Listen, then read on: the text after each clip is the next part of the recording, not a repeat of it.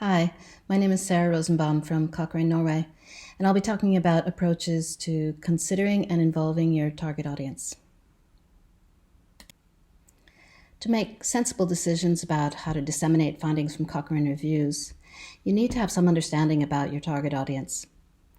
The first step is to decide who they are. You might be aiming the communication at a narrow group or at a broader audience. But how do you decide on a target audience? The answer is likely to be found in the review topic. Consider the three following examples. The first topic is a review about what strategies work best for children with daytime wetting. Think for a moment, who might be particularly interested in this topic? One answer could be parents of small children. The second example is a review addressing the question of when is the best time to clamp a baby's umbilical cord. Who might be interested in this research question? Midwives, for instance. The third example is a review about the effectiveness of deworming programs for school children in low and middle income countries. What target audience might be particularly interested in this review? Likely policymakers in those settings. You can use this approach to define one or more target audiences for a review before you begin to create a dissemination product. Once you've defined a target audience, there are several questions you might consider that can form the basis for decisions that you make about content and about channels. Are these people particularly interested in this topic? Is there more information they're likely to want that you can provide, for instance, information about other options, costs, or local availability?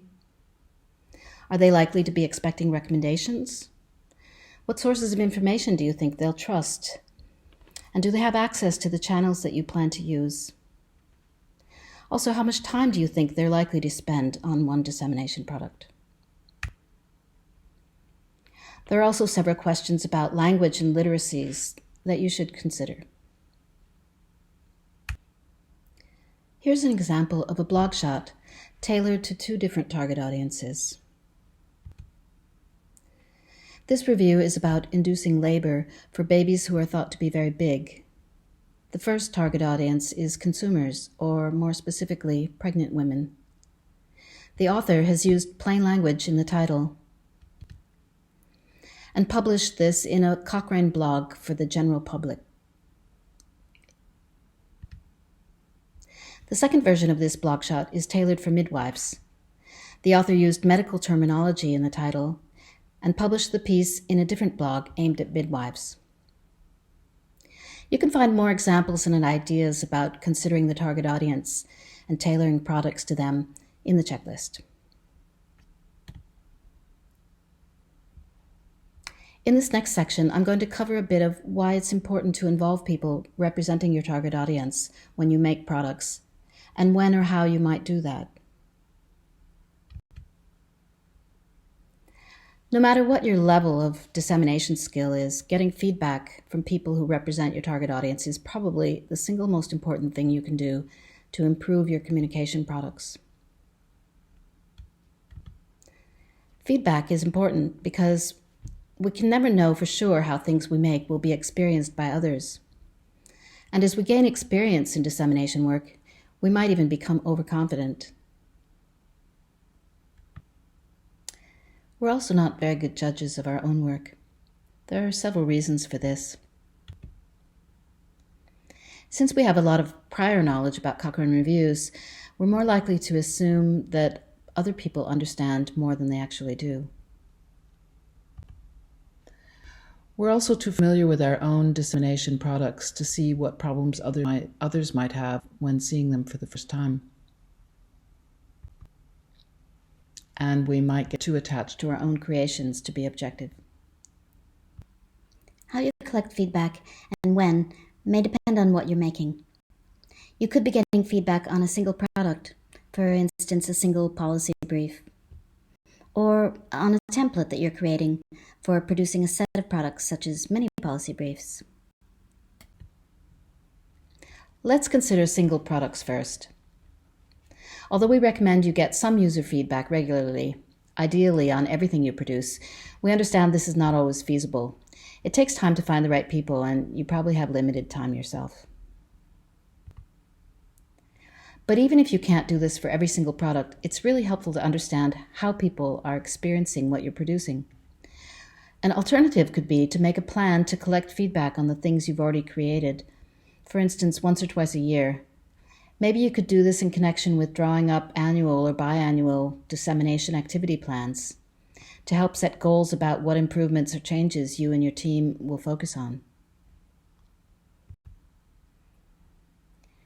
When creating a product template, it's much more important to get user feedback because the consequences of getting it wrong become multiplied over time. A user-centered approach to developing a template involves a few cycles of collecting feedback and making changes. It's usually more useful to collect feedback from a few people at a time and make changes then and then collect more feedback from a few more people, rather than collecting a lot of feedback from many people all in one big round. So this way you can identify any major problems first and change these, because they tend to overshadow the smaller issues. Remember to get input as well from the staff who will be using the template to create content. Recruiting people for feedback is a constant challenge, particularly when you need it quickly. It is important that you get feedback from people who actually represent your target audience. One reason for this is that it's too easy to discount any criticism as not being typical for that group. But if you can't get a hold of people from your target audience, at least ask a coworker or a friend or a family member with less research experience or topic expertise than your own. A rule of thumb is that some feedback, even from one person, is better than nothing at all. So how do you collect feedback? It doesn't have to be that difficult. Show the person your draft and ask them to tell you how they experience it, both what they like and what they think is problematic. Maybe they have suggestions for how you could improve it for someone like themselves. Remember to just listen and not explain or defend yourself. There's more information on thinking about user experience and involving your target audience in the checklist. This video is one of a series of videos that are based on the Cochrane Dissemination Checklist. The easiest way to find the checklist is to search for it online. Thanks for watching.